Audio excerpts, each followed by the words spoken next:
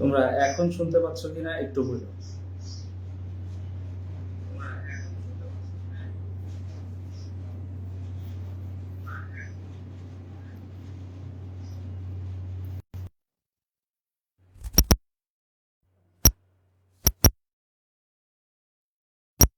একটু জানাও তোমরা।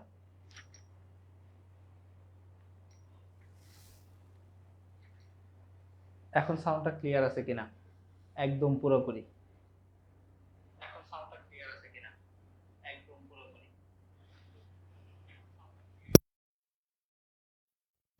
আই থিঙ্ক এখন ঠিক আছে, আর প্রবলেম হওয়ার কথা না।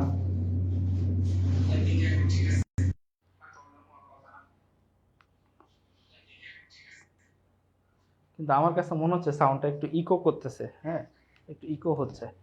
আমার কাছে মনে হচ্ছে সাউন্ডটা একটু ইকো করতেছে। হ্যাঁ, একটু ইকো হচ্ছে।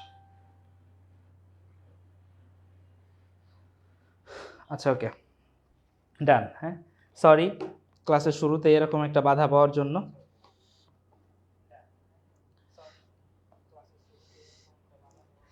এখন বলো কেমন আছো তোমরা, কেমন যাচ্ছে তোমাদের দিনকাল, কিভাবে ঈদটা কাটাইলা? আর হচ্ছে যারা একটু বন্যা কবলিত এলাকায় আছো তাদের কি সিচুয়েশন? হ্যাঁ, ক্লাসটা শুরু করবো। আজকে ক্লাসে দুইটা টপিক পড়াবো, নেটওয়ার্ক টপোলজি এবং ক্লাউড কম্পিউটিং। ক্যাপশনে দেওয়া আছে, তোমরা দেখতে পাচ্ছ। এই নেটওয়ার্ক টপোলজি টপিকটা ছোট কিন্তু মোস্ট ইম্পর্টেন্ট টপিক। হ্যাঁ, এই চ্যাপ্টারের সব থেকে ইম্পর্টেন্ট টপিক হচ্ছে তোমার হচ্ছে এটা, নেটওয়ার্ক টপোলজি। নেটওয়ার্ক টপোলজি থেকে সিকিউতে কোশ্চেন হবে, মাস্ট ধরে রাখো। হ্যাঁ, একদম এটা মাস্ট। হ্যাঁ, এই যে সিকিউ মাস্ট। হ্যাঁ, ধরো যে সিকিউ থেকে মাস্ট থাকবে। হ্যাঁ, এবং এই মাস্ট থাকার সম্ভাবনাটা, মাস্টের ভিতরে আবার একটা সম্ভাবনা আছে, সেটা হচ্ছে 80%। হ্যাঁ, সম্ভাবনা এটা। আর 20% বাই এনি চান্স ঘুরে টুরে গেলে তখন ওই যে নেটওয়ার্ক মাধ্যমটা থেকে কোশ্চেনের ফোকাস বেশি থাকে। বাট যখন আমরা এই চ্যাপ্টারের নেক্সট ক্লাসে যখন সিকিউ সলভ করব, তখন তোমরা একটু খেয়াল করো, ম্যাক্সিমাম কোশ্চেনই আসে এই ইয়া থেকে, এইটা থেকে। তিথি, সব পড়া ভুলে গেলে কিভাবে হবে?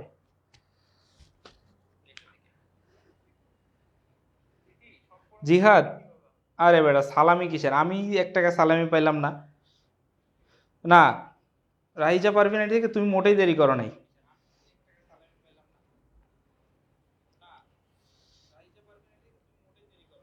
শাহরিয়ার, কেমন আছিস? আচ্ছা আসো, হ্যাঁ আমরা শুরু করি মোটামুটি একটু। হ্যাঁ, টপিক অল্প অল্প পড়বো। তোমরা জানো 8:30টার সময় বাংলাদেশের খেলা আছে। তোমাদেরও অনেকেরই মনটা একটু আঁকুবাঁকু করতেছে, যে আমরা হারবো, সেটা দেখতেও মজা লাগে, কষ্ট লাগে, কষ্ট পাইতেও মজা লাগে। তো যাই হোক, আমি এখন শুরু করি। হ্যাঁ, ওকে, দেখো নেটওয়ার্ক টপোলজি। অ্যাকচুয়ালি এই জিনিসটা দেখো, টপোলজি জিনিসটা কি। হ্যাঁ, আমি যদি তোমাদেরকে একটু বলি যে ভাইয়া টপোলজি, টপোলজি শব্দটার অর্থ কি? টপোলজি বলতে অ্যাকচুয়ালি বোঝা হচ্ছে কি কাঠামো। টপোলজি বলতে অ্যাকচুয়ালি কি বোঝায়? কাঠামো বোঝায়। হ্যাঁ, কাঠামো, গঠন। ঠিক আছে, নেটওয়ার্ক টপোলজি, গতদিন আমরা নেটওয়ার্ক পড়ছি। যে নেটওয়ার্ক কি? ডেটা আদান প্রদান বা ডেটা শেয়ারিং এর জন্য একাধিক ডিভাইস যখন কানেক্টেড হয় সেটাকে কি বলা হয়? নেটওয়ার্ক। এখন তাদের এই কাঠামোটা কেমন, দেখতে কেমন, বা কি ভৌগোলিক অবস্থান অনুসারে তারা একে অন্যের সাথে কানেক্টেড, সেই জিনিসটাই হচ্ছে অ্যাকচুয়ালি নেটওয়ার্ক টপোলজি। খেয়াল করো কি বলছে, একটি নেটওয়ার্কের ফিজিক্যাল ডিভাইস বা কম্পোনেন্ট, ফিজিক্যাল ডিভাইস কম্পোনেন্ট কোনগুলো? যে কেবল, পিসি, রাউটার ইত্যাদি, যেভাবে, এই যে দেখো, যেভাবে নেটওয়ার্কের সাথে পরস্পরের সাথে সংযুক্ত থাকে তাকে কি বলা হয়? টপোলজি বলা হয়। আর নেটওয়ার্ক টপোলজি মূলত নেটওয়ার্কের ফিজিক্যাল লেআউট। শব্দটা একটু দেখো যদি আসে, ফিজিক্যাল লেআউট কি? নেটওয়ার্ক টপোলজিরও যে সংজ্ঞা, ফিজিক্যাল লেআউটেরও সেম সংজ্ঞা। ঠিক আছে, নেটওয়ার্ক, এই যে খেয়াল করো, নেটওয়ার্কে সংযুক্ত প্রতিটি যন্ত্রের সংযোগ স্থলকে নোড বলা হয়। নোড কাকে বলা হয়? এই যে খেয়াল করো, ধরো এই একটা ডিভাইস। হ্যাঁ, এই যে খেয়াল করো, এই যে, হ্যাঁ, এই যে এদের ভিতরে যদি কানেকশন হয় না, দেখো এদের ভিতরে মনে করো যে এই যে কি, ধরো এদের ভিতরে কি কানেকশন হচ্ছে, এই যে কানেকশন, এই যে যে পয়েন্ট, হ্যাঁ, এই যে যে পয়েন্ট, এই যে যে পয়েন্ট, হ্যাঁ, এই যে যে পয়েন্ট, এই প্রত্যেকটা পয়েন্টকে কি বলা হয়?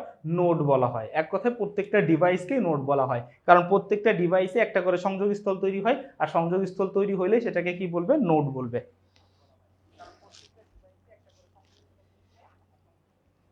ঠিক আছে, আমি কিন্তু এই যে এখন যারা লাইভে আছে আমি তাদেরকে বলতেছি আজকের ক্লাসটা একটু করো, সেকেন্ড চ্যাপ্টারের সিকিউতে তোমরা আটকাবা না। সেকেন্ড চ্যাপ্টারের সিকিউতে মানে যে লিখে রাখছি 80% জিনিস সবই নেটওয়ার্ক টপোলজি থেকে আসে।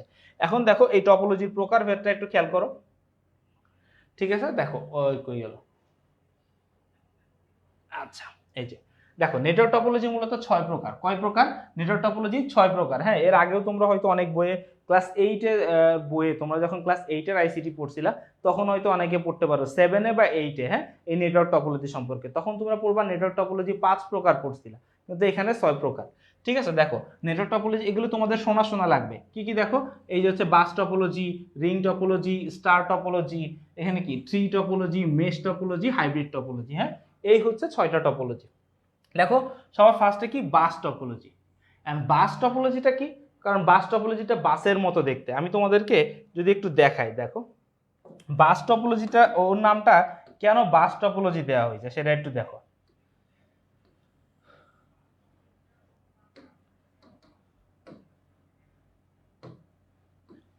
তোমরা জাস্ট একটু এই ড্রয়িংটা আগে একটু খেয়াল করো।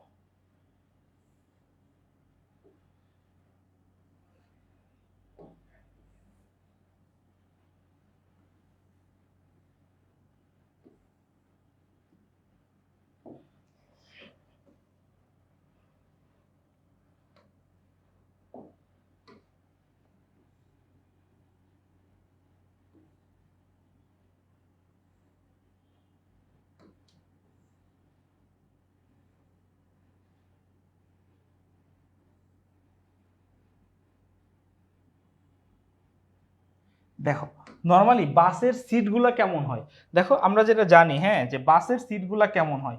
বাসের সিটগুলো এমন হয় না, খেয়াল করো, এই যে মাঝখানে এরকম একটা গ্যাপ থাকে না, মাঝখানে এরকম একটা গ্যাপ থাকে, আর এই গ্যাপের পাশে কি হয়, গ্যাপের পাশে এই সাইড দিয়ে কি হয়, এখানে কি ডাবল ডাবল করে সিট থাকে না, এই যে এইভাবে সিট থাকে, এই যে সিট থাকে। হ্যাঁ, এই তো বাস, এই না বাসের সিটগুলো কি এইভাবে থাকে না, এই যদি এই জিনিসগুলো হচ্ছে বাসের সিট, তাই তো? এই যে দেখো এই হচ্ছে বাসের সিট। তো বাসের সিট থাকলে কি মাঝখানে একটা ফাঁকা জায়গা থাকে না? তো খেয়াল করো এই একটা জিনিস, এটা একটু খেয়াল করো, এই একটা জিনিস, এই যে মাঝখানে যেটা আছে না, এই যে মাঝখানে যে জিনিসটা আছে, এই যে মাঝখানে যে জিনিসটা আছে, এটা কি? এটা হচ্ছে কেবল। এটা হচ্ছে কি? কেবল। এই মাঝখান দিয়ে একটা কেবল যায়, আর কেবলের সাথে এইগুলো কি সব এক একটা কি, এই যে এই জিনিসগুলো সব এক একটা কি, এগুলো সব হচ্ছে কি ডিভাইস, বিভিন্ন ডিভাইস। এগুলো কি হইতে পারে? এগুলো কম্পিউটার হইতে পারে, এগুলো হচ্ছে ক্যামেরা হইতে পারে, মোবাইল ফোন হইতে পারে, বা প্রিন্টার হইতে পারে, বা কোনো রাউটার হইতে পারে, যে কোনো ডিভাইস হইতে পারে। ঠিক আছে, তাহলে দেখো এই যে মাঝখানে যে কেবলটা থাকে, কেবলের সাইড দিয়ে সিটের মতো করে ডিভাইসগুলো কানেক্টেড থাকে। এই সিটের মতো করে ডিভাইসগুলো কানেকশন থাকে, এই জন্যই এটাকে বলা হয় হচ্ছে বাস টপোলজি। বুঝাইতে পারছি? বাসের সিটের মতো বিন্যাস, এই জন্য এটাকে কি বলা হয়? বাস টপোলজি বলা হয়। ঠিক আছে, এবার আসো, এই জন্য এটাকে বলা হয় বাস টপোলজি। তো খেয়াল করো কি বলছে, যে টপোলজিতে একটি মূল তারের সাথে, এই যে দেখো মাত্র যেটা বললাম মূল তারে, একটি মূল তারের সাথে সবকটি নোড তথা কম্পিউটার ও অন্যান্য ডিভাইস সংযুক্ত থাকে, তাকে কি বলা হয়? তাকে বাস টপোলজি বলা হয়। বাস টপোলজির প্রধান কেবলটিকে বাস বলা হয়। প্রধান কেবলটিকে কি বলা হয়? বাস বলা হয়। তার মানে খেয়াল করো এই যে বাস টপোলজির যে প্রধান যে কেবলটা, এর কতগুলো নাম একটু খেয়াল করো। হ্যাঁ, একে কি বলা হয়? একে বলা হয় বাস। একে কি বলা হয়? বাস বলা হয়। বাস টপোলজির প্রধান কেবলটিকে বাস বলা হয়। তবে এটি যখন ফাইবার অপটিক কেবল হয়, ফাইবার অপটিক কেবল দিয়ে তৈরি হয়, তখন তাকে ব্যাকবোন বলা হয়, মানে কি মেরুদণ্ড বলা হয়। খেয়াল করো, এটাকে ব্যাকবোন বলা হয় কখন? এই যে খেয়াল করো, এই কেবলটা যদি হয় ফাইবার অপটিক কেবল, খেয়াল করো এই যে কেবলটা, হ্যাঁ, এই কেবলটা যদি হয় অপটিক্যাল ফাইবার, এইটা যদি অপটিক্যাল ফাইবার হয়ে থাকে, অপটিক্যাল ফাইবার যখন হবে তখন এটাকে কি বলে? অপটিক্যাল ফাইবার হইলে তখন এটাকে বলা হয় হচ্ছে কি ব্যাকবোন। এটাকে কি বলা হয়? তখন এটাকে ব্যাকবোন বলা হয়। ঠিক আছে, যদি এটা অপটিক্যাল ফাইবার হয়, কারণ মেরুদণ্ড যেমন সোজা থাকে, ব্যাকবোন ওরকম সোজা। এখন কি বলছে দেখো, এর লাইনের দু প্রান্তে দুটো টার্মিনেটর থাকে। বাস নেটওয়ার্কে ডেটা প্রবাহ ব্যবস্থা দ্বিমুখী হয়ে থাকে, যেখানে প্রতিটি নোড স্বতন্ত্রভাবে, হ্যাঁ, মানে প্রত্যেকে আলাদা আলাদা করে স্বতন্ত্রভাবে বাসে সংযুক্ত থাকে। প্রাপক শনাক্তের তথ্য সহ প্রেরিত ডেটা যখন বাস বা ব্যাকবোনে চলাফেরা করে, তখন শুধু প্রাপক কম্পিউটার ডেটা গ্রহণ করে, বাকিরা একে অগ্রাহ্য করে। তার মানে খেয়াল করো, ধরো এই ডিভাইসগুলোর একটা নাম দিই, হ্যাঁ, A B C D E F. হ্যাঁ, ধরো এখান থেকে একটা ডেটা যাচ্ছে, ধরো একটা ডেটা, ধরো হচ্ছে কি এই এ একটা ডেটা, এই এখানে ধরো কি এ একটা ডেটা পাঠাবে এফ কে, এ একটা ডেটা পাঠাবে কাকে, এফ কে। তো দেখো সেই ডেটাটা ধরো এখান থেকে বের হইছে, বের হয়ে এই যে রাস্তা দিয়ে চলতে থাকবে না, দেখো এই যে রাস্তা দিয়ে চলতে থাকবে ও কিন্তু সোজা এফ এ ঢুকবে। হ্যাঁ, মাঝখানে এই যে যারা আছে ওরা কেউ ডেটাটাকে রিসিভ করবে না, সবাই কি করবে, অগ্রাহ্য করে। তার মানে কি এখানে যাকে ডেটা পাঠানো হয় শুধু সে রিসিভ করে, অন্য কেউ কি করে না, রিসিভ করে না। ঠিক আছে, বাকি রেখে অগ্রাহ্য করে। এই টপোলজি ছোট আকারের নেটওয়ার্ক ব্যবহার খুব সহজ, খুব সহজ, সাশ্রয়ী ও বিশ্বস্ত। ছোট আকারে ধর একটা ল্যাব, একটা ল্যাবের ভিতরে করার জন্য ঠিক আছে, কিন্তু দেখো পুরো একটা ভবনকে যদি একটা নেটওয়ার্কে আনতে যাই তাহলে পুরো একটা ভবন তো এইভাবে তার দিয়ে করা সম্ভব না। ধরো একটা এরিয়া জুড়ে একটা শহর, একটা ভবন, একটা কয়েকটা ক্যাম্পাস, ধরো একটা ক্যাম্পাস কয়েকটা ভবন, ঠিক আছে, কয়েকটা ভবন, একাধিক ভবন হলে সেটা কি হবে, ক্যাম্পাস এরিয়া নেটওয়ার্ক, রাইট? আর একটা ভবন হলে লোকাল এরিয়া নেটওয়ার্ক। তো খেয়াল করো এটা হয় পার্সোনাল এরিয়া নেটওয়ার্কের ক্ষেত্রে, লোকাল এরিয়া নেটওয়ার্কে গেলে, ক্যাম্পাস এরিয়া নেটওয়ার্কে গেলে, আর ম্যান আর ওয়ান তো বাদই দিলাম, সেই সব ক্ষেত্রে কিন্তু বাস টপোলজিটা চলবে না, এটা স্বল্প পরিসরে চলে। এখন দেখো বাস টপোলজির কিছু সুবিধা আছে, সুবিধাগুলো খেয়াল করো। এই টপোলজিতে ছোট আকারের নেটওয়ার্ক ব্যবহার খুব সহজ এবং এটি বিশ্বস্ত। এই টপোলজিতে সবচেয়ে কম কেবল প্রয়োজন হয়, ফলে এতে খরচ ও ইনস্টলেশন সাশ্রয়। এখন একটা জিনিস যদি বলে রাখি, বাস টপোলজির কথা উদ্দীপকে, হ্যাঁ, উদ্দীপক, যখন তোমরা উদ্দীপক পড়বে, উদ্দীপকে যখনই বলা থাকবে, হ্যাঁ, উদ্দীপকে যখনই বলবে কম খরচে, উদ্দীপকে যখনই বলবে কম খরচে, এই কম খরচের কথা বললে, কম খরচের কথাটা যখনই বলবে তখনই বুঝতে হবে কি এটা হচ্ছে বাস টপোলজি। কম খরচে বললেই তোমরা তখন কি বুঝে যাবা, বাস টপোলজি। স্বল্প ব্যয়, হ্যাঁ, কম খরচ বা স্বল্প ব্যয় কথাটা বললেই তোমরা বুঝে যাবে এটা হচ্ছে বাস টপোলজি। এরপর কি বলছে দেখো, প্রয়োজনে রিপিটার ও কানেক্টর ব্যবহার করে নেটওয়ার্কের ব্যাকবোন সম্প্রসারণ করা যায়। ব্যাকবোন মানে এই যে এটাই তো হচ্ছে ব্যাকবোন, তাই না? এটাই হচ্ছে ব্যাকবোন, ব্যাকবোন, হ্যাঁ, মানে অপটিক্যাল ফাইবার হলে ব্যাকবোন, আর অপটিক্যাল ফাইবার না ইউজ করলে কি বাস, এটা এমনিতে কি বাস, আর যদি অপটিক্যাল ফাইবার ইউজ করে থাকে তখন এটা কি হয়ে যাবে, ব্যাকবোন হয়ে যাবে। এরপরে কি বলছে দেখো, এই সংগঠনে কোনো কম্পিউটার নষ্ট হয়ে গেলে সম্পূর্ণ সিস্টেম নষ্ট হয়ে যায় না। হ্যাঁ, এটা কি পয়েন্ট, এটা কি পয়েন্ট, হ্যাঁ, এটা বই একদম সুন্দর মতো করে মার্ক করবা, এটা কি পয়েন্ট, হ্যাঁ, এই জিনিসটা আসে। দেখো দেখো বুঝো, সিম্পল জিনিস এই যে মধ্যে আসে। দেখো ধরো এই যে সি ডিসকানেক্ট হয়েছে, সিটা ধরো নষ্ট হয়ে গেছে, কারো কিছু যায় আসে, যায় আসে না, বাকিরা কমিউনিকেশন করতে থাকবে। হ্যাঁ, যে কোনো একটা ডিভাইস নষ্ট হইলে কিছু হয় না, যে কোনো একটা ডিভাইস নষ্ট হয়ে গেলে কিছু হয় না। দেখো এই টপোলজিতে যে কোনো সময় নতুন ডিভাইস অ্যাড করা যায়, যে কোনো সময় ডিভাইস বাদ দেওয়া যায়। হ্যাঁ, কারোর উপর কেউ ডিপেন্ডেন্ট না, শুধুমাত্র যদি মেইন কেবলটা নষ্ট হয় তখন একটু নেটওয়ার্কের অসুবিধা হবে, ঠিক আছে? এছাড়া একটা ডিভাইস নষ্ট হলে কারো কিছু যায় আসে না। তো সেটাই বলতে দেখো, এই সংগঠনে কোনো কম্পিউটার বা যন্ত্রপাতি যোগ করলে বা সরিয়ে নিলে পুরো নেটওয়ার্কের কার্যক্রম ব্যাহত হয় না। মাত্র যেটা বললাম যে চাইলে যে কোনো সময় অ্যাডও করা যায়, যে কাউকে বাদও দেওয়া যায়, এতে কারো কোনো অসুবিধা হয় না। নেটওয়ার্কে যে কোনো সময় নতুন ডিভাইস বা কম্পিউটার যুক্ত করা যায়, নেটওয়ার্কের কেন্দ্রীয় কোনো ডিভাইস বা সার্ভার প্রয়োজন হয় না। হ্যাঁ, এটা একটা কি পয়েন্ট, এটা একটা কি পয়েন্ট, মানে এই বৈশিষ্ট্যগুলো দিয়ে আসলে একটা টপোলজির সাথে আরেকটা টপোলজির কম্পারিজন হয়। এইখানে কি বলছে দেখো, একটা কম্পিউটার নষ্ট হয়ে গেলে কিছু যায় আসে না। আরেকটা জিনিস কি বলছে, একটা জিনিস বলছে হচ্ছে কেন্দ্রীয় কোনো ডিভাইস বা সার্ভারের এখানে কোনো প্রয়োজন হয় না, ঠিক আছে?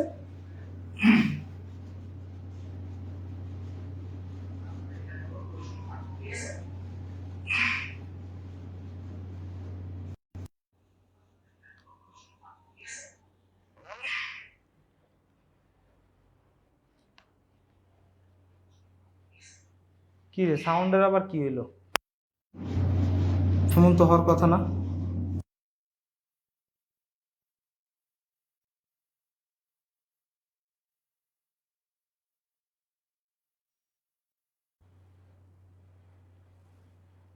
এবার এখন বলো সাউন্ডের কি হয়েছে?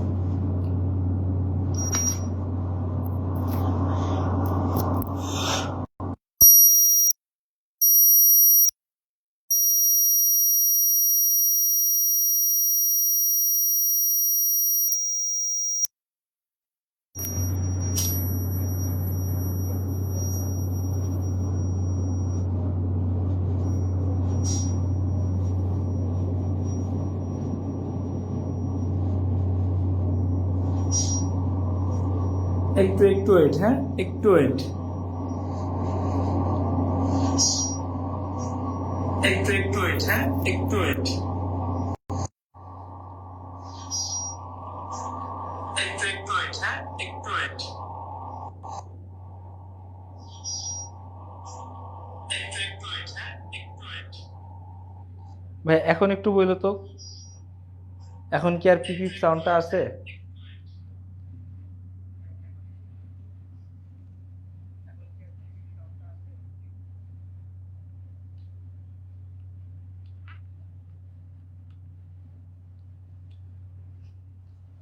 না, আমার কাছে মনে হয় এবার ঠিক আছে।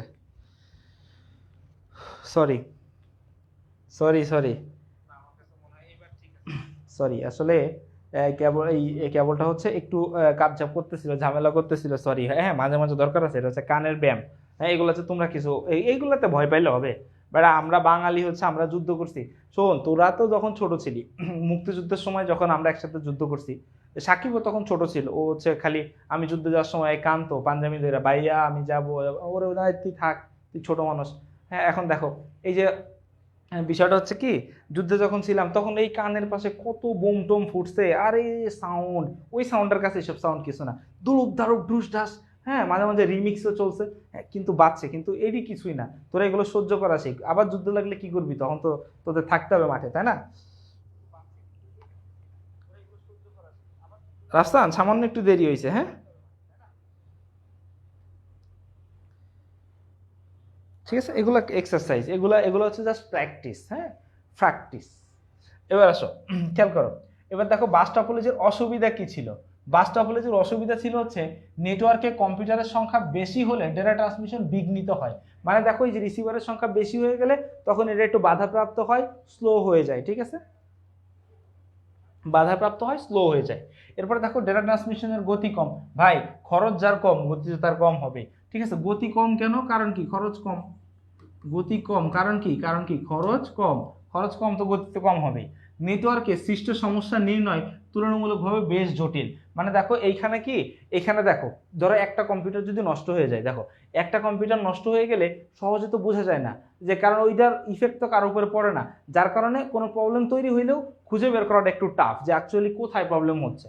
এখন খেয়াল করো, এরপরে কি বলছে, মূল কেবলের একটি মাত্র স্থানে সৃষ্ট ত্রুটি পুরো নেটওয়ার্ককে অচল করে দিতে পারে। তার মানে এই যে বাস বা মেইন যে কেবল, এর যে কোনো একটা জায়গায় মনে করে এরকম ছিঁড়ে গেলে পুরা নেটওয়ার্কটাই তখন অকেজো হয়ে যায়। এমন কি বলছে, ডেটা সংঘর্ষের আশঙ্কা থাকে। কেন? দেখো, ধরো এই যে এ ডিভাইসটা, এই যে ওকে ডাটা পাঠাচ্ছে, হ্যাঁ, ধরো এই যে ওদের ডেটা আসতেছে, হ্যাঁ, এখন এরা দুইজন তো জানে না। এখন এদিক থেকে মনে করো এফ কি করছে, এফ হচ্ছে বি কে ডেটা পাঠাচ্ছে, এখন ধরো এই দিক থেকে ডেটা আছে, তাহলে এই যে মাঝখানে জায়গাটা, এখানে কি ডেটার একটা সংঘর্ষ লেগে যাবে না? তো এইটাই বলছে যে ডেটা সংঘর্ষের আশঙ্কা থাকে। ঠিক আছে, এটা গেল কি বাস টপোলজি। এটা কি গেল? Bus topology. তার মানে একটা জিনিস খেয়াল করো, আমি একটা জিনিস বলি, উদ্দীপকে কম খরচে বললে সেটা বুঝবা বাস টপোলজি। হ্যাঁ, যদি বলে অল্প জায়গাতে, যদি কি বলে অল্প জায়গা, অল্প জায়গা বললেও সেটা কি হবে? সেটা বাস টপোলজি। হ্যাঁ, আর আরেকটা জিনিস মাথায় রাখবা, সেটা যদি বলে ল্যাবরেটরি, হ্যাঁ, যদি উদ্দীপকে যদি বলে যে ল্যাবরেটরিতে, উদ্দীপকে যদি কখনো বলে যে ল্যাবরেটরিতে, ল্যাবরেটরিতে যদি বলে, তাহলে সেটাও বুঝবা কি, সেটা হচ্ছে বাস টপোলজি। এখন খেয়াল করো, এবার দেখো কি হচ্ছে রিং টপোলজি। হ্যাঁ, রিং টপোলজিটা কি? প্রতিটি কম্পিউটার তার পার্শ্ববর্তী কম্পিউটারের সাথে রিং এর মতো চক্রাকারে সংযুক্ত থাকলে এরূপ টপোলজিকে কি বলা হয়? রিং টপোলজি বলা হয়। তার মানে দেখো এই যে টপোলজিটা, হ্যাঁ, এই যে দেখো রিং আকৃতিতে, হ্যাঁ, এই যে হাতের রিং, হাতের রিং, হ্যাঁ, আবার কেউ যেন কাউকে প্রপোজ করে দিও না, ঠিক আছে? এই যে রিং, রিং আকৃতির হয় বলে এটাকে কি বলা হয়? বৃত্তাকার। ঠিক আছে, তাহলে দেখো রিং আকৃতির সাথে আরেকটা জিনিস মাথায় রাখতে হবে। এই যে দেখো, এর সাথে আরেকটা শব্দ মাথায় রাখতে হবে কি, সেটা হচ্ছে বৃত্তাকার। যদি আমাদেরকে কোথাও উদ্দীপকে বলা থাকে বৃত্তাকার, বৃত্তাকার বললেও আমরা সেটা কি বুঝবো?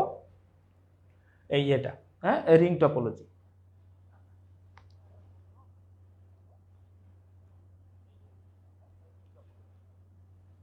ওকে, ঠিক আছে, এরপরে আসো। এরপরে কি বলছে? এ ব্যবস্থায় কোনো কম্পিউটার ডেটা পাঠালে তা বৃত্তাকার পথে কম্পিউটারগুলোর মধ্যে ঘুরতে থাকে যতক্ষণ না নির্দিষ্ট কম্পিউটার ডেটা গ্রহণ করে। এ ব্যবস্থায় কোনো কেন্দ্রীয় কম্পিউটার মানে এটা ঘুরতে থাকে, ডেটাগুলো কি ঘুরতে থাকে যতক্ষণ সে নির্দিষ্ট যাকে উদ্দেশ্যে পাঠানো হয়েছে সে না রিসিভ করে। এ ব্যবস্থায় কোনো কেন্দ্রীয় কম্পিউটার থাকে না, এই ব্যবস্থায় কোনো কেন্দ্রীয় কম্পিউটার থাকে না। তাহলে দেখো এরা দেখো বাস টপোলজিতেও কোনো কেন্দ্রীয় কম্পিউটার থাকে না, রিং টপোলজিতেও কি কোনো কেন্দ্রীয় কম্পিউটার থাকে না। এতে প্রতিটি কম্পিউটারের গুরুত্ব সমান। রিং টপোলজিতে যেহেতু প্রতিটি কম্পিউটার ধারাবাহিকভাবে বৃত্তাকারভাবে সংযুক্ত থাকে, তাই এক্ষেত্রে নেটওয়ার্কের প্রথম কম্পিউটারটি শেষ কম্পিউটারের সাথে সংযুক্ত। দেখো এইখানে যদি আমরা যে কোনো একটাকে প্রথম ধরি, ধরো এটাকে ধরলাম হচ্ছে 1, এটাকে কি ধরলাম 1 ধরলাম, হ্যাঁ 1। দেখো এটা 2 3 4 ধরলাম, হ্যাঁ তাহলে দেখো প্রথম আর শেষটা কি একে অন্যের সাথে কানেক্টেড, যেহেতু বৃত্তাকারভাবে কানেক্টেড থাকে তাই প্রথমটা এবং শেষটা একে অন্যের সাথে কানেক্টেড থাকবে। এরপর খেয়াল করো টপোলজি, রিং টপোলজির সুবিধা কি? এ পদ্ধতিতে কেন্দ্রীয় কোনো কম্পিউটার বা সার্ভারের প্রয়োজন হয় না। নেটওয়ার্কে অবস্থিত প্রতিটি কম্পিউটারের গুরুত্ব সমান। আর কি একমুখী সংকেত প্রবাহের কারণে ডেটা কলিশনের সম্ভাবনা থাকে না। তার মানে এই ডেটাটা কি এইভাবেই চলতে থাকবে, ধরো এই যে এই দিক দিয়ে যাচ্ছে তো এইভাবেই চলতে থাকলো, ঠিক আছে, ডেটাটা চলাচল করতে থাকবে। যদি 4কে ডেটা পাঠাইতে চায় ও কিন্তু এই দিক দিয়ে পাঠাইতে পারবে না, ওকে অবশ্যই এই 2 3 হয়ে 4-এর কাছে যাইতে হবে। 4 3কে পাঠাইতে চাইলে ওই দিক দিয়ে হয়ে যাইতে হবে, ঠিক আছে, একমুখী প্রবাহটা হবে। আর কি বলছে, কম তার প্রয়োজন বিধায় বাস্তবায়ন খরচ কম। এখন এর একটা বিশাল অসুবিধা আছে, হ্যাঁ এর একটা বিশাল অসুবিধা আছে। এর বিশাল অসুবিধাটা কি দেখো, যদি একটা কম্পিউটার যদি নষ্ট হয়ে যায়, একটা কম্পিউটার নষ্ট হলে পুরাটা অকেজো হয়ে যাবে। কি বুঝাইতে বুঝছো, যদি একটা কম্পিউটার নষ্ট হয়ে যায় পুরা নেটওয়ার্ক অকেজো হয়ে যাবে। তাহলে দেখো এইখানে একটা জিনিস মাথায় রাখবা, উদ্দীপকে থাকবে, হ্যাঁ সামনে তো এই পয়েন্টটা পাবাই, তারপর আমি একটু লিখে দিচ্ছি, হ্যাঁ যে একটা কম্পিউটার নষ্ট হলে, কম্পিউটারও হইতে পারে বা ডিভাইসও হইতে পারে, একটা কম্পিউটার বা ডিভাইস, একটা কম্পিউটার বা ডিভাইস, একটা কম্পিউটার বা ডিভাইস নষ্ট হলে, একটা কম্পিউটার বা ডিভাইস নষ্ট হলে পুরো নেটওয়ার্কই অকেজো হয়ে যাবে। ভাই এই ভাই নিজের টাকা দেখে না পাঞ্জাবি ভাই, শ্বশুর বাড়ি বানাই দিলেন ভাই। হ্যাঁ ডিভাইস নষ্ট হলে পুরো নেটওয়ার্ক অকেজো হয়ে যাবে।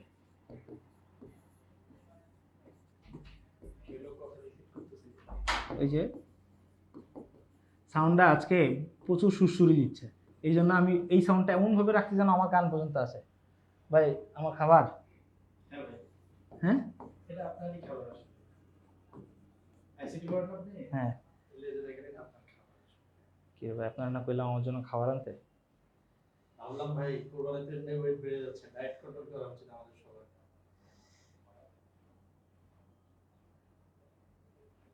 এই কেডা কস আই লাভ ইউ?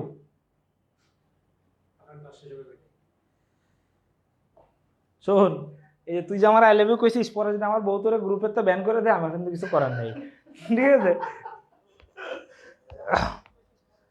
ঠিক আছে এই তুই একটু পরে খা, শুভা তুই একটু পরে খা, ঠিক আছে? হ্যাঁ ইন্ডিয়া ভাই একটু পড়ায়নি ভাই, এখন এইসব ট্যুরের কথা মতো কইলে ভাই পড়া নেবেন না। এই ভাই জ্বালেন না, এই যে আছেন হ্যাঁ এই 26 ব্যাচ তোমরা চিনবা, এই যে তোমাদের সাইকেল ওয়ানে ক্লাস নিচ্ছে না নতুন একটা স্যার, গুল্লু গাল্লু কিউটি কেরা, মুজাহিদ স্যার, এই স্যারের কিন্তু আরেকটা নাম আছে বলবো না, হ্যাঁ পরে এক সময় বলবো, তোমরা একটু বড় হও, ঠিক আছে? ঠিক আছে বাইরে কি হচ্ছে ভাই মারামারি। এখন শোনো তো ওই স্যারটা হচ্ছে পাশেরটা খুব জ্বালাচ্ছে, হ্যাঁ ট্যুরের কথা বলতেছে, কিন্তু তোমরা নিও না, দেশে যদি যুদ্ধও লেগে যায় হ্যাঁ যুদ্ধও করবো, যুদ্ধের মাঝখানে বিরতির সময় ক্লাস নিয়ে যাবো, ঠিক আছে? এই না সাকিব স্যার না, এটা আরেকটা স্যার আছে। আচ্ছা ঠিক আছে ওকে, এবার আসো, সুবিধা তো শেষ, এবার ওই আপনার টাইমিং দেখছেন, অসুবিধা পড়াবো সেই সময় আপনি আইছেন, ঠিক আছে?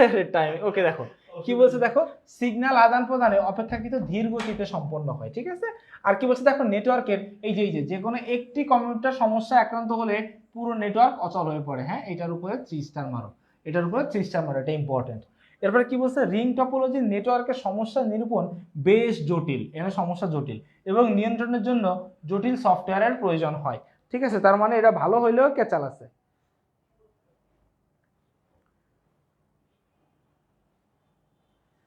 ঠিক আছে ওকে, এবার আসো কি বলছে, তো গেল নেটওয়ার্কে কোনো কম্পিউটার যুক্ত করলে বা সরিয়ে নিলে তা পুরো নেটওয়ার্কের কার্যক্রম ব্যাহত হয়। তার মানে দেখো এর আগেরটাই বাস টপোলজিতে কি ছিল, যে কোনো সময় নতুন ডিভাইস অ্যাড করা যাইতো বা করা যায় বা রিমুভ করা যাইতো, তাহলে এখানে মন চাইলেই কিন্তু অ্যাড করা বা রিমুভ করা যাবে না। হ্যাঁ, বলে করতে হবে, নেটওয়ার্কে ব্যাহত হবে। নেটওয়ার্কে কম্পিউটারের সংখ্যা বাড়লে ডেটা ট্রান্সমিশনের সময় বৃদ্ধি পায়। কেন দেখো সময় বৃদ্ধি পায় কেন, দেখো ভাই এটা এখানে একটা জিনিস বুঝো। হ্যাঁ, এখানে একটা জিনিস বুঝো, ধরো এক একটার ভিতরে যাইতে যদি 1 সেকেন্ড করে টাইম লাগে, যদি 1 সেকেন্ড করে টাইম লাগে, তাহলে এক থেকে যে শেষেরটাতে পাঠাইতে 1 সেকেন্ড, 2 সেকেন্ড, 3 সেকেন্ড টাইম লাগবে ওর যাইতে, তাই না? 3 সেকেন্ড। কিন্তু এর মাঝখানে যদি ডিভাইস থাকতো আরো 10টা যদি ডিভাইস থাকতো তাহলে আরো 10 সেকেন্ড বাড়তো। এই জন্য বলছে ডিভাইস বাড়লে সময়টা কি বাড়ে। ঠিক আছে, ডিভাইস বাড়লে সময় বাড়লে। এরপরে দেখো স্টার টপোলজি। হ্যাঁ, স্টার টপোলজিটা কিন্তু ইম্পর্টেন্ট। হ্যাঁ, এখান থেকে কোশ্চেনটা আসে। ঠিক আছে, স্টার টপোলজিতে শুধুমাত্র কেন্দ্রীয় ডিভাইস থাকে। হ্যাঁ, স্টার টপোলজিতে।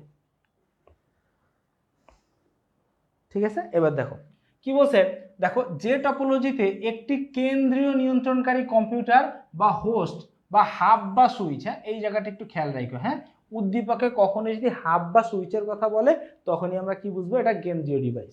কি বলছে দেখো, সাথে অন্যান্য কম্পিউটার বা পেরিফেরাল সমূহকে সংযুক্ত করে নেটওয়ার্ক গড়ে তোলে তাকে কি বলা হয়, স্টার টপোলজি বলা হয়। কারণ এটা দেখতে স্টার আকৃতি হয়, একটু পরে চিত্র আছে।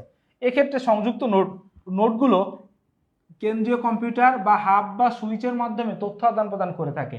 এ সংগঠনে কোনো একটি কম্পিউটার নষ্ট হয়ে গেলে বাকি নেটওয়ার্কে তার প্রভাব পড়ে না। ঠিক আছে, তার মানে এইখানে একটা কম্পিউটার নষ্ট হলে কি তার কোনো প্রভাব অন্য কারোর উপরে পড়ে না, খুব সহজেই সমস্যায় আক্রান্ত কম্পিউটারটি সরিয়ে নেওয়া যায়। তার মানে দেখো এটা কত ভালো। এরপর কি বলছে, স্টার টপোলজি একটি বহুল ব্যবহৃত টপোলজি এবং এই টপোলজিতে একই নেটওয়ার্কে বিভিন্ন ধরনের কেবল ব্যবহৃত হতে পারে।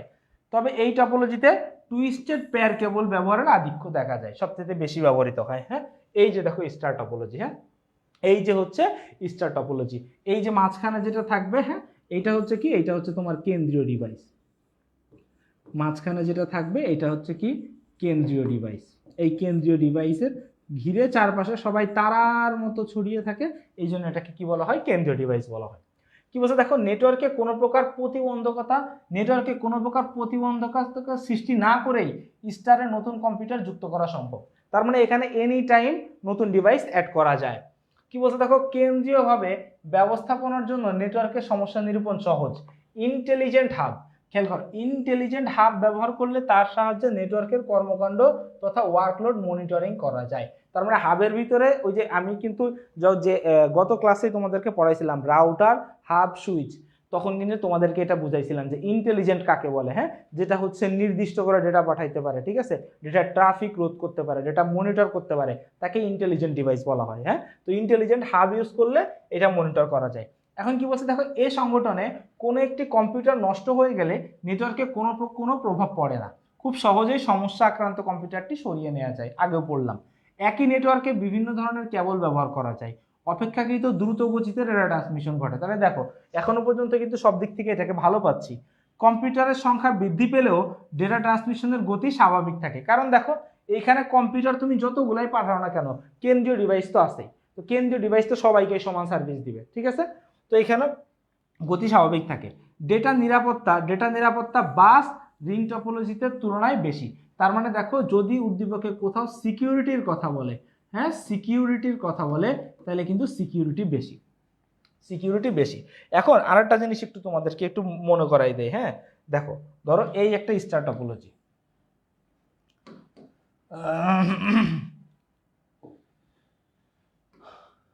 সে যে কেন এলো না কিছু ভালো লাগে না, এবার আসুক তারে আমি মজা দেখাবো।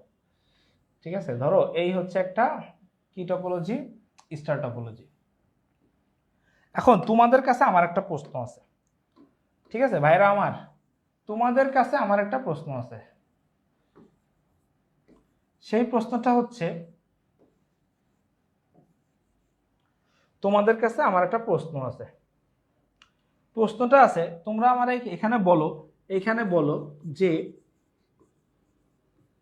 কোন কেন্দ্রীয় ডিভাইস, হ্যাঁ তোমরা আমার এখানে একটু বলো যে কোন কেন্দ্রীয়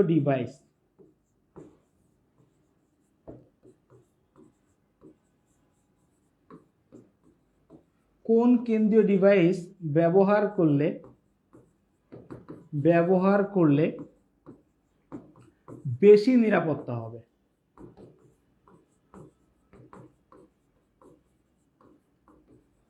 বলো। হ্যাঁ, তোমাদেরকে একটু আমি একটু ক্লুও দিয়ে দিই, তোমরা একটু ক্লুটা ইউজ করো যে হাব অথবা সুইচ। তোমরা আমাকে একটু বলো যে হাব আর সুইচের ভিতরে কোনটা ইউজ করলে এখানে হচ্ছে বেশি সিকিউরড হবে।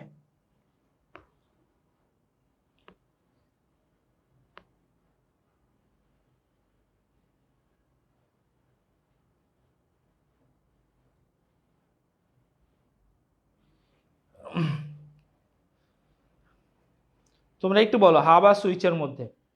এই জোবায়ের, আমি হাব আর সুইচ বলছি, ইন্টেলিজেন্ট সাইডে রাখ।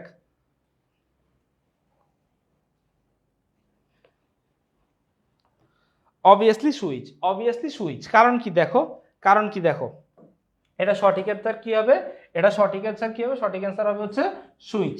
কেন সুইচ? কারণ কি খেয়াল করো, কারণ কি খেয়াল করো, হাব কি করে, হাব হাব হাব কি করে, সকলকে ডেটা পাঠায়, তাই তো? হাব কি করে, সকলকে ডেটা পাঠায়। হাব সকলকে ডেটা পাঠায়, তাই তো? আর সুইচ কি করে, হাব সবাইরা ডেটা পাঠায়, আর সুইচ কি করে, নির্দিষ্ট গ্রাহককে ডেটা পাঠায়।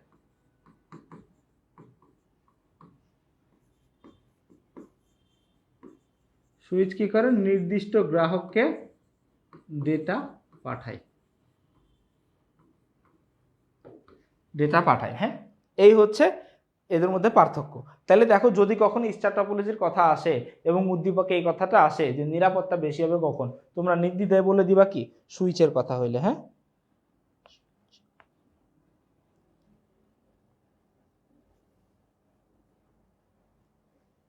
আশিকুর রহমান, তুই কি গুগলের তো কপি করে দিলি রে? এই যে একজন লিখছে হাব কি তাই জানি না, গত দিনের ক্লাসটা দেখো। এরপরে খেয়াল করো, এটার অসুবিধা কি। অসুবিধা হচ্ছে কেন্দ্রীয় অবস্থানে থাকা কম্পিউটার বা হাব বা সুইচে কোনো প্রকার সমস্যা হলে তা পুরো নেটওয়ার্ককে অকেজো করে দেয়। বেশি কেবল ব্যবহৃত হয় বিধায় এটি একটি ব্যয়বহুল পদ্ধতি। হ্যাঁ, কেবল বেশি ইউজ হয়, প্রত্যেকটা ডিভাইসের জন্য আলাদা আলাদা কেবল থাকে, কিন্তু স্পিড তো বেশি। হ্যাঁ দেখো, ব্যয়বহুল হইলে কি সমস্যা, ব্যয়বহুল হইলেও তো কোনো সমস্যা নেই, স্পিড তো বেশি, তাই না? স্পিড বেশি পাইলে টাকা খরচ করতে অসুবিধা নেই। কম্পিউটারগুলো সরাসরি পরস্পরের মধ্যে ডেটা আদান প্রদান করতে পারে না। কেন পারে না? কারণ কেন্দ্রীয় ডিভাইস হয়ে যাইতে হয়। কোথায় হয়ে যাইতে হয়? কেন্দ্রীয় ডিভাইস হয়ে যাইতে হয়, কেন্দ্রীয় ডিভাইস হয়ে যেতে হয়, কেন্দ্রীয় ডিভাইস হয়ে যেতে হয়। ঠিক আছে, এটা হচ্ছে কথা। ঠিক আছে, তাহলে দেখো স্টার টপোলজি, স্টার টপোলজিতে আমরা কি কি পাইলাম, কেন্দ্রীয় ডিভাইস থাকে, হাব বা সুইচ দ্বারা কানেক্টেড থাকে, আর এটা কি, এটা সিকিউরিটি বেশি, স্পিডও বেশি। হ্যাঁ, কম্পারেটিভলি। এরপরে আসো নেক্সট, ট্রি টপোলজি। ট্রি টপোলজিটা কি, যে টপোলজিতে কম্পিউটারগুলো পরস্পরের সাথে গাছের শাখা পোশাকের মতো, বা এখানে আরেকটা কথা ইউজ করতে পারি যে বিভিন্ন স্তরে, বিভিন্ন স্তরে। হ্যাঁ, গাছের শাখা পোশাকা, বা ওটার সাথে কি বলা যেতে পারে, বিভিন্ন স্তরে,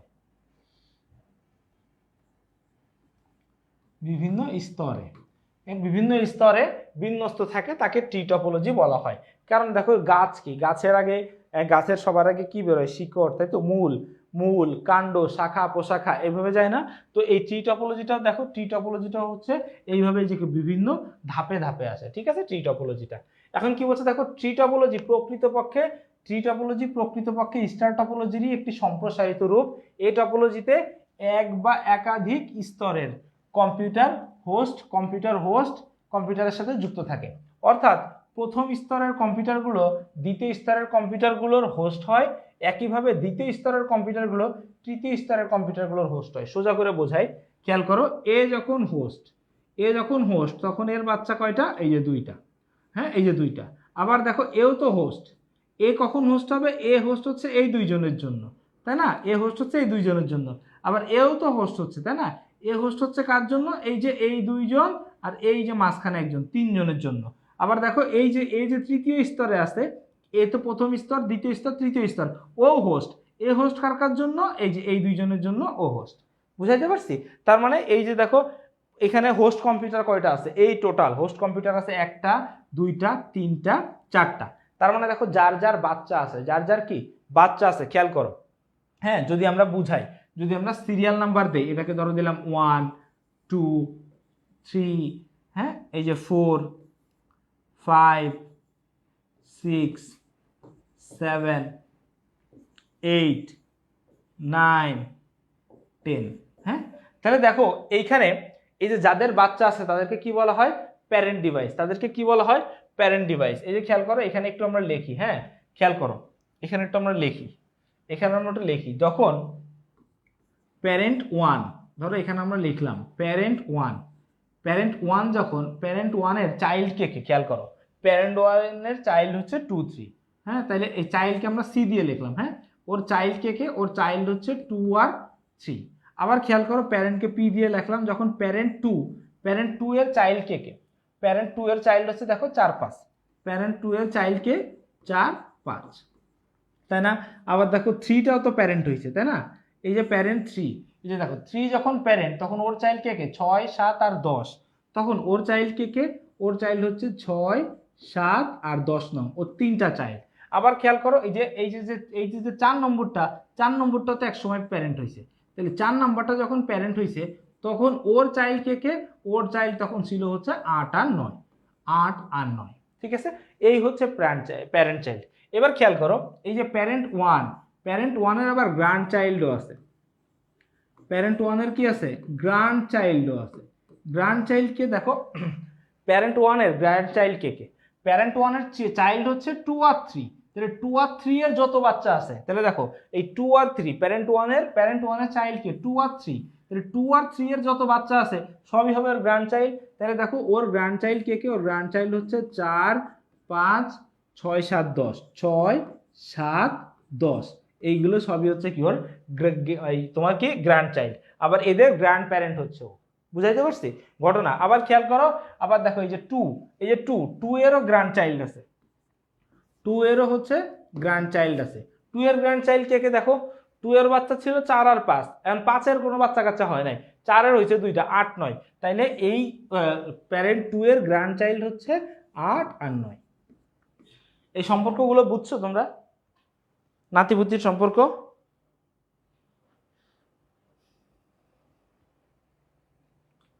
ইয়াসা লিখতে পারো।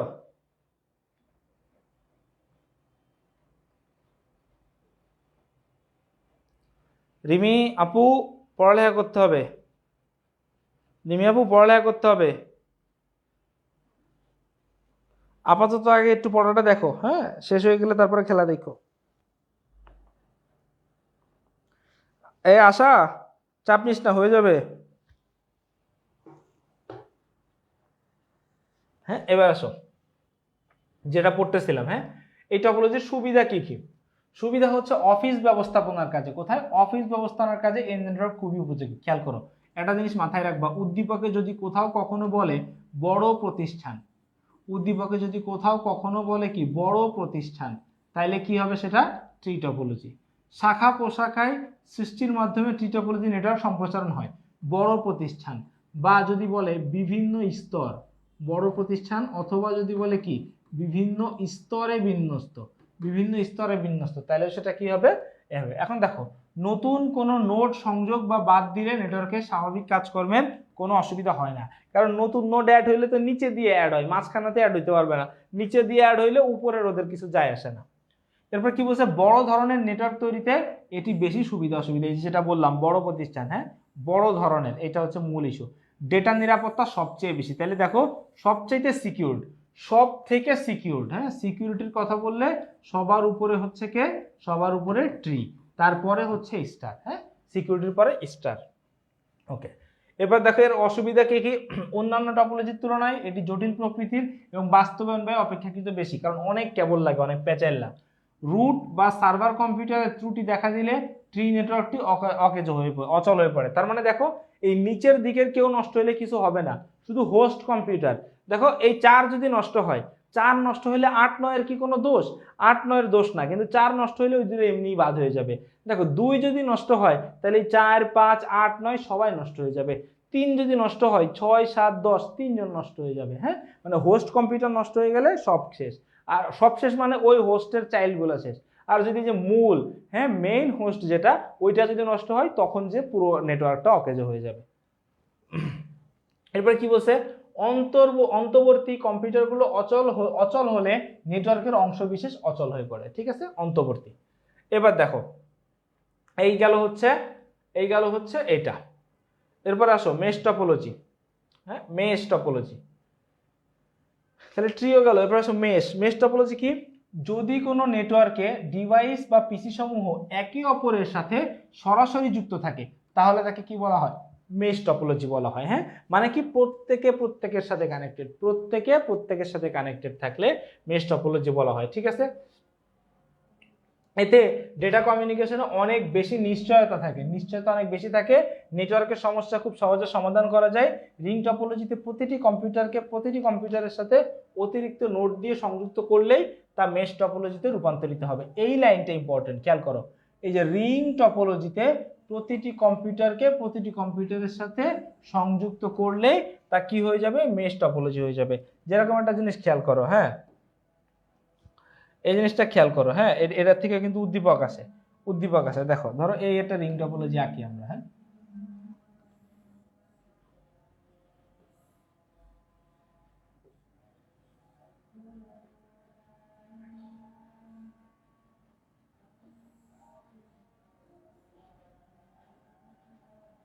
ধরো এই একটা রিং টপোলজি। হ্যাঁ, কই গেল?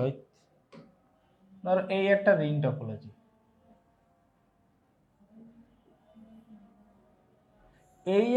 টপোলজি, হ্যাঁ, এবার দেখো এদের মধ্যে যদি অতিরিক্ত একটু নোটকে করে দেই, এই যে এদের যদি একে অন্যের সাথে কানেক্ট, আর এই যদি একে অন্যের সাথে কানেক্ট করে দেই, তাহলে দেখো এখন দেখো প্রত্যেকের সাথে প্রত্যেকের কানেকশন আছে।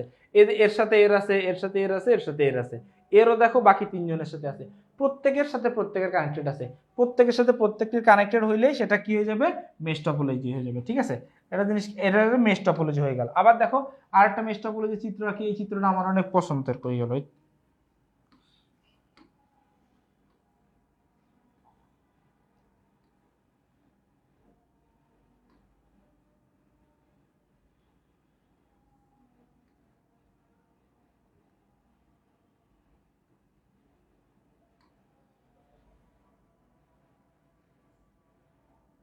এই হচ্ছে, ধরো এবার দেখো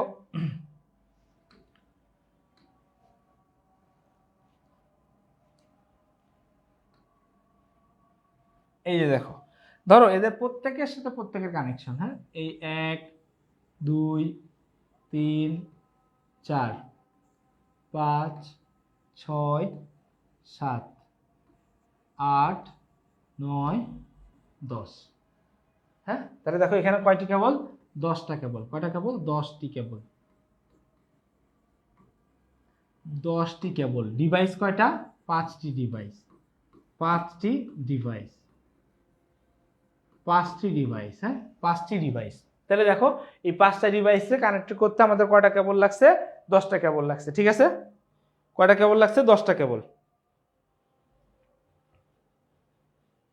আর না, সাউন্ডের সমস্যা না। হ্যাঁ, দেখো, ঠিক আছে, এই যে দেখো এই হচ্ছে কি, দেখো এই যে দেখো 5টা ডিভাইস কানেক্ট করতে 10টা কেবল লাগে। এখন দেখো এখানে যদি আমি একটা কোশ্চেন করি, হ্যাঁ, ধরো আমি একটা কোশ্চেন করলাম, তাহলে 9টি কেবল, কয়টি কেবল? বা ধরো 10টি কেবল।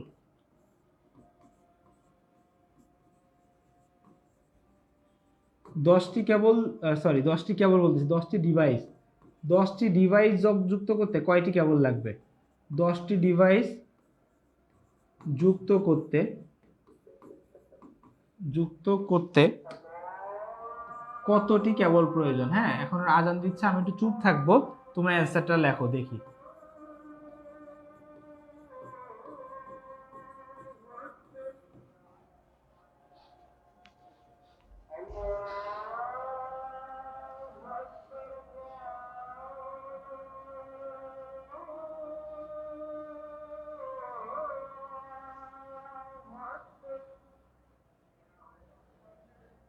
তোমরা একটু কমেন্টগুলো করো, আজানটা শেষ হোক।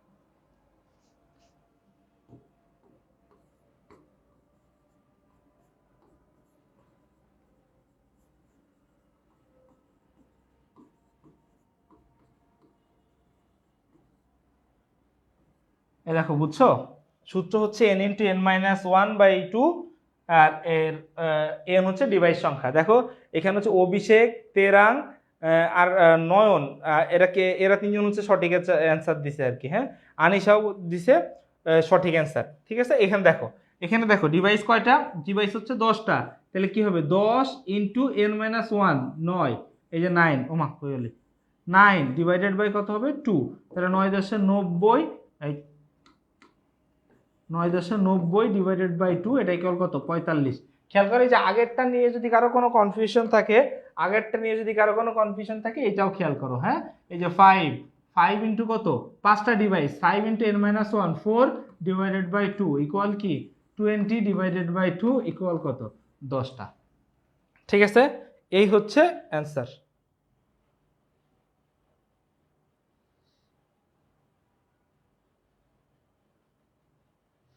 ঠিক আছে, ওকে। হ্যাঁ, এই সূত্রটা মাথায় রেখো। এটার এমসিকিউ আসে, সবচেয়ে বেশি এমসিকিউ আসে হচ্ছে 8টা কেবল দিয়ে। দেখো সবচেয়ে বেশি আসে হচ্ছে 8টি ডিভাইস দিয়ে, সব থেকে বেশি আসে 8টি ডিভাইস হলে কি হয় 8 ইন্টু 7, এই কই গেলি 8 ইন্টু 7 ডিভাইডেড বাই 2। হ্যাঁ, তাহলে কত দেখো 56 ডিভাইডেড বাই 2 করলে কত হবে 28টি। ঠিক আছে, এখন অনেকে কি হবে 8টা ডিভাইস দিয়ে ও এরকম চিত্র আঁকবে, চিত্র এঁকে কেবল গোনা শুরু করবে। হ্যাঁ, এখন তুমি যদি এরকম কেবল গোনা শুরু করে 1 2 3 4 5 6, হ্যাঁ 7 8 9 10, এর নাই গুনতে পারলা, কিন্তু যখন তুমি 8টা ডিভাইস হবে, যখন 20টা ডিভাইস হবে তখন তুমি গুনতে পারবা?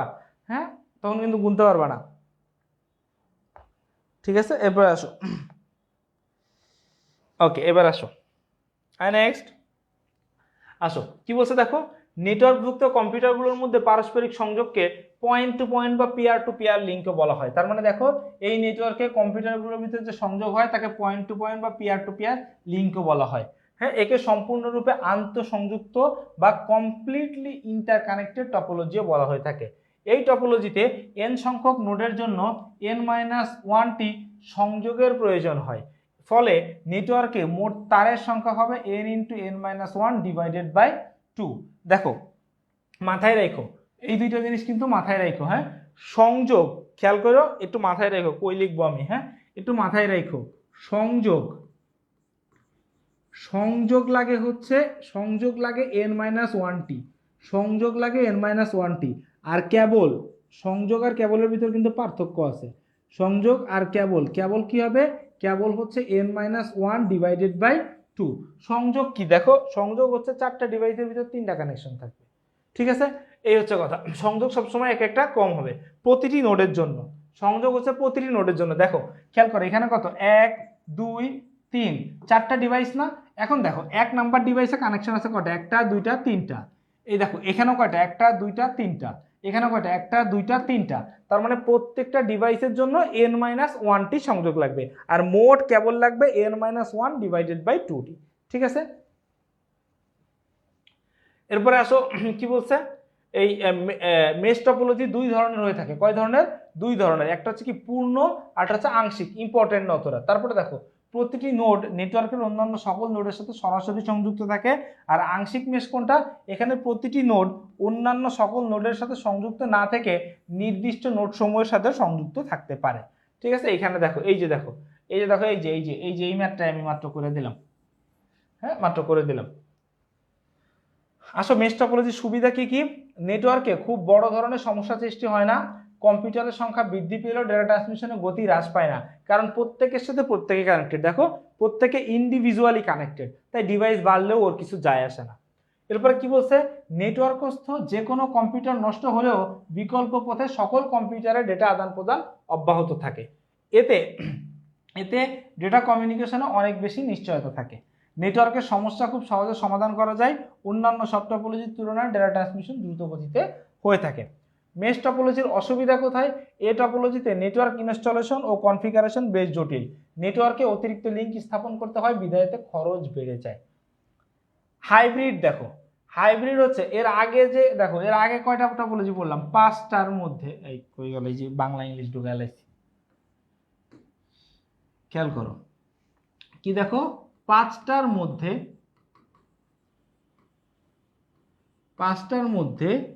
যে কোনো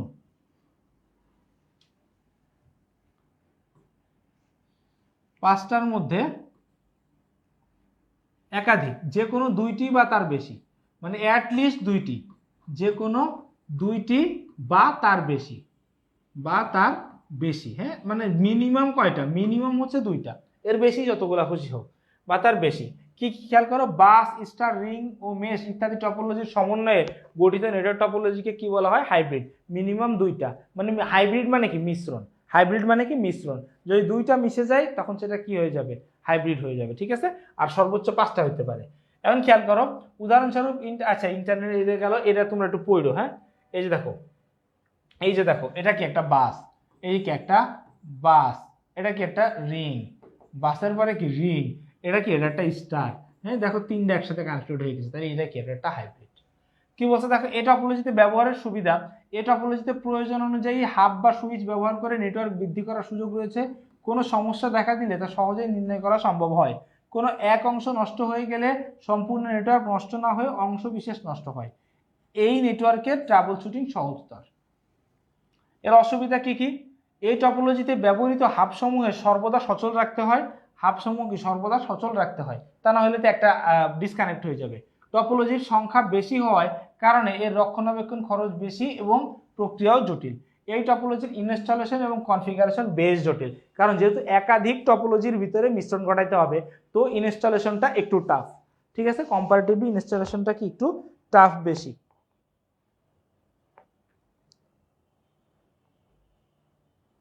হ্যাঁ জেরিন, হ্যাঁ এই চ্যাপ্টার এই যে শেষ করে দিচ্ছি দাঁড়া। এবার দেখো, হ্যাঁ এই যে দেখো এইখানে কিছু টপোলজি সংক্রান্ত কিছু জিনিস আছে, এইগুলো হচ্ছে সেলফ স্টাডি করবা, হ্যাঁ নিজে থেকে স্টাডি করবা যে উদ্দীপকে কত রকম ঘুরায় ফিরে আসতে পারে, ঠিক আছে। উদ্দীপকে বিভিন্ন রকম ঘুরায় ফিরে আসতে পারে, ঠিক আছে। দেখো এই যে চিত্র 1, হ্যাঁ চিত্র 1টা খেয়াল করো, এই চিত্র 1টাকে একটু সোজা করে যদি আঁকি, আমি চিত্র 1টাকে যদি সোজা করে আঁকি, দেখো তাহলে কি হয়েছে, দেখো এই যে ধরো এটাকে দিলাম 1 নাম্বার ডিভাইস, এটা 2, এটা 3, আর এটা ধরো নাম দিলাম সি। তাহলে দেখো এইটাকে যদি আমি একটু সোজা করে আঁকি, দেখো সি ডিভাইসটার সাথে এই ধরো 1 কানেক্টেড, এই 2 কানেক্টেড, এই হচ্ছে কি 3 কানেক্টেড। তাহলে দেখো দেখো এই 1 এর সাথে কানেক্টেড, 2 এর সাথে কানেক্টেড, 3 এর সাথে কানেক্টেড। তাহলে দেখো প্রত্যেকে একজনের সাথে কানেক্টেড, প্রত্যেকে একজনের সাথে কানেক্টেড। তাহলে এটা কি টপোলজি তোমরা একটু বলো, বলো। এই যে দেখো চিত্র 2টা দেখো ডাম্বেল আকৃতির, কি আকৃতির? ডাম্বেল। এই একটা আছে, এর সাথে কানেক্টেড আছে, বলো কোন টপোলজি? এই একটা খেয়াল করো, হ্যাঁ এই একটা খেয়াল করো, এই যে দেখো C4 C1 এর সাথে কানেক্টেড, C2 C3 C1 সবাই সবার সাথে। এইটা তোমরা একটু পড়ো, হ্যাঁ এই প্যাচালটা নিজেরা পড়ো। এখানে এই যে নিচে দেখো এখানে অ্যান্সারও দেওয়া আছে, নিচে অ্যান্সারও দেওয়া আছে। হ্যাঁ এই টপোলজিগুলো তোমরা একটু নিচের থেকে পড়ো, সেলফ স্টাডি এটা। হ্যাঁ এখন আমরা যেটা পড়বো সেটা হচ্ছে ক্লাউড কম্পিউটিং, আজকে লাস্ট টপিকটা। হ্যাঁ ক্লাউড কম্পিউটিংটা পড়বো। ক্লাউড কম্পিউটিং আবার পড়ালেখা তো বেশি না, ঠিক আছে? ক্লাউড কম্পিউটিং এ পড়ালেখা তো বেশি না। আসো কি বলছে দেখো, ধরা যাক তোমাদের ঘরে 20 জনের খাবার রান্না করার মতো হাঁড়ি পাতিল এবং খাবার খাওয়ার জন্য থালা বাসন এবং বসার জন্য চেয়ার টেবিল রয়েছে। তোমাদের বাসায় যদি 150 জন মেহমান আসে, 150 জন মেহমান আসবে, এজন্য তোমরা কি বাকি 130 জনের জন্য হাঁড়ি পাতিল, 130টি থালা চেয়ার কিনবে? মোটেই না। এগুলো জিনিস কেনার জন্য অনেক টাকা প্রয়োজন, এছাড়া এগুলো রাখার জন্য অনেক জায়গা প্রয়োজন। এক্ষেত্রে অত টাকা খরচ না করে নিকটস্থ যে কোনো ডেকোরেটর থেকে সব জিনিস যত সময়ের জন্য দরকার তত সময়ের জন্য ভাড়ায় আনাই হয়। এতে করে নিজের প্রয়োজনও মিটে এবং অনেক টাকা খরচও বেঁচে যায়। ঠিক তদ্রূপ প্রয়োজন অনুযায়ী নির্দিষ্ট সময়ের জন্য, এই যে দেখো প্রয়োজন অনুযায়ী নির্দিষ্ট সময়ের জন্য নির্দিষ্ট ফি এর বিনিময়ে ইন্টারনেটের মাধ্যমে কম্পিউটার হার্ডওয়্যার ও সফটওয়্যার ব্যবহার করা যায়। এই পদ্ধতিকে ক্লাউড কম্পিউটিং বলা হয়। কথাটা বুঝাইতে পারছি? দেখো এটা আমি একটা কম্পিউটার নিয়ে একটা এক্সাম্পল দিই। ধরো তোমার বাসায় তোমার একটা কম্পিউটার আছে, ধরো তুমি একজন গ্রাফিক্স ডিজাইনার। তো এই শাহরিয়ার ভালো বুঝবি, হ্যাঁ বা অন্যান্য যারা একটু গ্রাফিক্সের কাজ জানো, শেফা, আমি যাদের নাম জানি তাদেরটা বললাম, শাফিক আছে, যারা জানো না তাদের কথা তো বলবো না, যাদেরটা আমি জানি না। এখন দেখো তো কি হচ্ছে এখানে, ঘটনাটা হচ্ছে ধরো সে গ্রাফিক্সের কাজ করে, এখন ধরো সে ফ্রিল্যান্সিং এ কাজ করে। এখন একটা কাজ পাইছে, সে নর্মালি ধরো $20 $50 কাজগুলো সে করে। এখন সে হুট করে দেখলো একটা কাজ আছে, কাজটা হচ্ছে $150। এখন $150 কাজটা সে পারে, হ্যাঁ কিন্তু কাজটা সে পারে, কিন্তু এই কাজটা করতে গেলে তার কম্পিউটারের যে কনফিগারেশন আছে, এখানে গ্রাফিক্স কার্ড আছে 2 GB, কিন্তু এই কাজটার জন্য দরকার হচ্ছে 10 GB। এখন ধরো 10 GB একটা গ্রাফিক্স কার্ডের দামই হচ্ছে ধরো $30,000। এখন $150 ইনকাম করতে যে ও যদি 30,000 খরচ করে ফেলে, $150 মানে কত? এই 18-19,000 টাকা। আর 18-19,000 টাকা ইনকাম করতে যে ও যদি 30,000 টাকা খরচ করে ফেলে, তাহলে কি হবে? তাহলে তো লস। বা ওই যে $30, বা ধরলাম সে কষ্ট করে একটা কাজ, একটা ডিভাইস তার বাড়লো, এটা তো আর হারাই নিয়ে যাচ্ছে না। এখন এই 10 GB তার আবার কবে কাজে লাগবে না লাগবে তারও কোনো ঠিক ঠিকানা নাই। ঠিক ওই যে 130টা চেয়ারের মতো, ঠিক আছে, যে পড়ে থাকবে। তো এই যাতে পড়ে না থাকে সেই জন্য কি করছে, সেই জন্য হচ্ছে সে কি করবে, সে অনলাইনে এগুলো ভাড়া পাওয়া যায়। হ্যাঁ ক্লাউড কম্পিউটিং। দেখো এই যে মেমোরি কার্ড, তুমি দেখো এখন একটা জিনিস বললে তোমরা সবাই কানেক্ট করতে পারবা, আমরা সবাই অনলাইনে মেমোরি কার্ড ভাড়া নেই না? মেমোরি কার্ড যেরকম দেখো আমাদের ফোনে কিন্তু একটা স্টোরেজ থাকে, ফোন কিনলে ফোনের সাথে স্টোরেজ ফ্রি থাকে। ওই স্টোরেজের বাইরে কোনো জিনিস রাখতে গেলে কি আমাদের মেমোরি কার্ড কিনতে হয় না? Memory card. তো দেখো এই যে গুগল ড্রাইভ, গুগল ফটোজ আমাদেরকে 15 GB জায়গা ফ্রি দেয়। একটা মেইল অ্যাকাউন্ট খুললে 15 GB ফ্রি দেয়, ফ্রিতে আমরা রাখতে পারি। এরপরে রাখতে গেলে কি আমাদের টাকা লাগে না? হ্যাঁ অনলাইনে কি এটাকে কি বলা হয়, অনলাইনে মেমোরি কার্ড কিনা হয়। এটা 1 বছর পর পর সাবস্ক্রিপশন হয়, 1 বছর 2 বছর 10 বছর, তুমি যতটুকু টাইমের জন্য সাবস্ক্রিপশন করবা, ওই নির্দিষ্ট সময় পরে তোমার ওইটা আবার অকেজ হয়ে যাবে, তুমি চাইলে আবার রিনিউয়াল করে নিতে পারবা। তাহলে যে নির্দিষ্ট সময়ের জন্য নির্দিষ্ট একটা স্পেস কি আমরা হায়ার করলাম না, এই জিনিসটাকে বলা হয় হচ্ছে ক্লাউড কম্পিউটিং, মেঘের মতো, ঠিক আছে?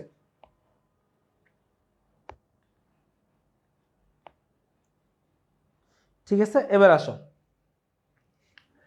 আসো কি বলছে দেখো, ক্লাউড শব্দটি রূপক অর্থে ব্যবহৃত হয়েছে ইন্টারনেট নির্ভর কম্পিউটিং হচ্ছে ক্লাউড কম্পিউটিং। এই যে এই হচ্ছে ভালো সংজ্ঞাটা। ক্লাউড কম্পিউটিং এমন একটি কম্পিউটিং প্রযুক্তি যা ইন্টারনেট ও কেন্দ্রীয় রিমোট সার্ভার ব্যবহারের মাধ্যমে ডেটা ও অ্যাপ্লিকেশন সমূহ নিয়ন্ত্রণ ও রক্ষণাবেক্ষণ করতে সক্ষম। করতে সক্ষম। এতে ওয়েবে সব ধরনের কার্যক্রম পরিচালনা করা সম্ভব হবে। এক্ষেত্রে প্রতিটি ব্যবহারকারীকে ক্লায়েন্ট হিসেবে বিবেচনা করা যেতে পারে। ধরা যাক একটি কোম্পানির 6টি সার্ভার দরকার, এগুলো ক্রয় করে সেট আপ করা এবং মেনটেন, এইগুলো তোমরা একটু পড়ো, হ্যাঁ, এই রচনা আমি আর পড়বো না। এখন দেখো, খেয়াল করো, ক্লাউড কম্পিউটিং হলো ক্রেতার তথ্য ও বিভিন্ন অ্যাপ্লিকেশনকে সেবাদাতা সিস্টেমে আউটসোর্স করার এমন একটি মডেল যাতে 3টি বৈশিষ্ট্য থাকবে। হ্যাঁ, এই জিনিসটা পরীক্ষায় আসবে, হ্যাঁ, এই জিনিসটুকু পরীক্ষায় আসবে যে এই যে ইসের কি ক্লাউড কম্পিউটিং এর মাস্ট বা বৈশিষ্ট্য কি বা কোন 3টা জিনিস থাকা লাগবে। তার প্রথমটা দেখো, রিসোর্স ফ্লেক্সিবিলিটি, মানে যত চাহিদা তত সার্ভিস। তুমি একটা জিনিস খেয়াল করো, তুমি গুগল ড্রাইভে জায়গা কিনতে গেলে তোমারে বলবে যে স্যার আমাদের জায়গা শেষ হয়ে গেছে, আর দেওয়া যাবে না। তুমি যে ইন্টারনেট কিনো, হ্যাঁ, ইন্টারনেট কিনতে গেলে রবি সিম কখনো বা গ্রামীণ সিম বা বাংলা লিঙ্ক কোনো সিম তোমারে কয় যে ভাই আর ইন্টারনেট কেনা যাবে না, ইন্টারনেট শেষ, বলবে না কিন্তু। তার মানে কি, যত চাহিদা তত সার্ভিস, যত চাবা ওরা তত দিবে। কি বলছে, অন ডিমান্ড, হ্যাঁ, অন ডিমান্ড, যখন চাহিদা তখন সার্ভিস।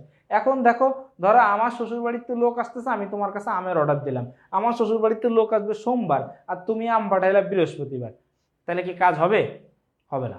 তো কি, যখন চাহিদা তখন সার্ভিস, হ্যাঁ, যখনই চাইবে তখনই দিতে হবে, ক্রেতা যখন চাইবে তখনই সেবা দিতে পারবে।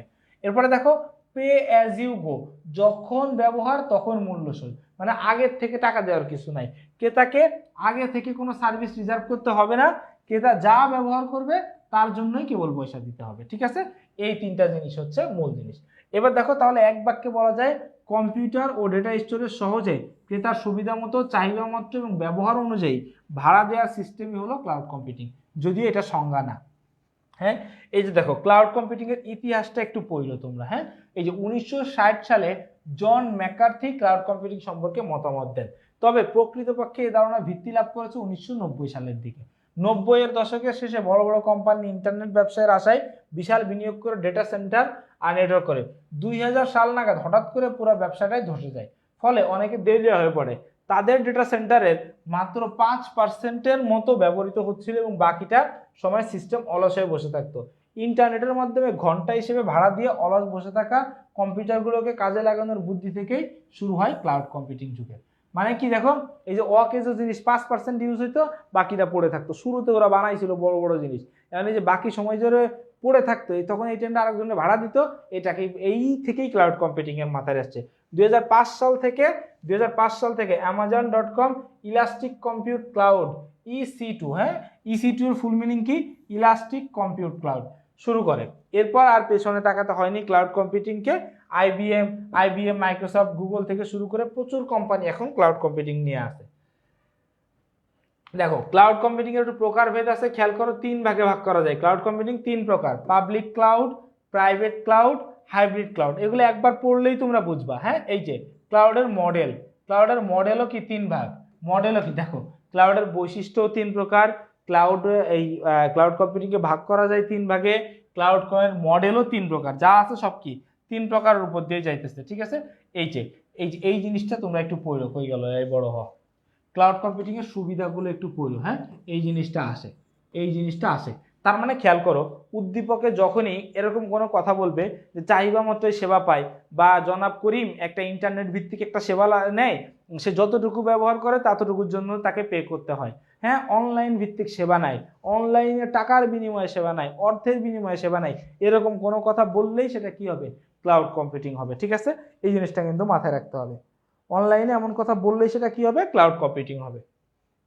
এই জিনিসগুলো পড়বা, এর অসুবিধাগুলো পড়বা। ঠিক আছে, এগুলো সহজ জিনিস। এই যে দেখো, ক্লাউড কম্পিউটিং এ অনেক বড় সার্ভিস খুবই স্বল্প মূল্যে পাওয়া গেলেও এর লাইসেন্স ফি দিনের পর দিন দিয়ে যেতে হয়। ক্লাউড ব্যবহারকারী ক্লায়েন্ট সাপ্তাহিক, মাসিক, অর্ধ বছর বা বছর অন্তর সাবস্ক্রিপশন বেসিস সুবিধা ভোগ করে, অর্থাৎ একটি নির্দিষ্ট সময় অন্তর লাইসেন্স ফি পরিশোধের প্রয়োজন পড়ে। তাই কোনো সার্ভিস যদি অনেক সময়ব্যাপী প্রয়োজন হলে ক্লাউড কম্পিউটিং খরচ কমানোর বদলে বাড়িয়ে দেয়।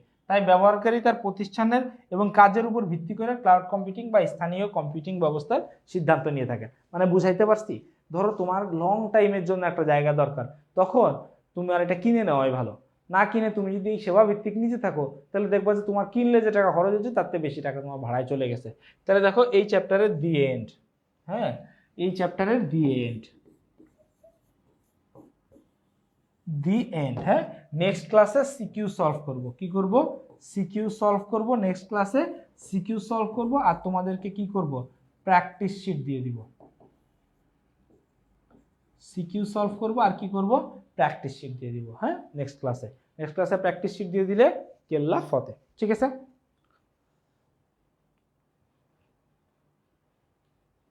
ঠিক আছে, এই চ্যাপ্টার। হ্যাঁ, এই চ্যাপ্টার নেক্সট ক্লাসে আমরা কি করব? সিকিউ সলভ করব, এমসিকিউ সলভ করব এবং এটা শেষ করে দিব। এরপরে কোন চ্যাপ্টার নিব সেটা নিয়ে একটু আলোচনা করে তারপরের চ্যাপ্টারটা শুরু করব। ঠিক আছে, তাহলে তোমরা সবাই সুস্থ থাকো, সুন্দর থাকো, দেখা হবে তোমাদের সাথে পরবর্তী ক্লাসে। আল্লাহ হাফেজ।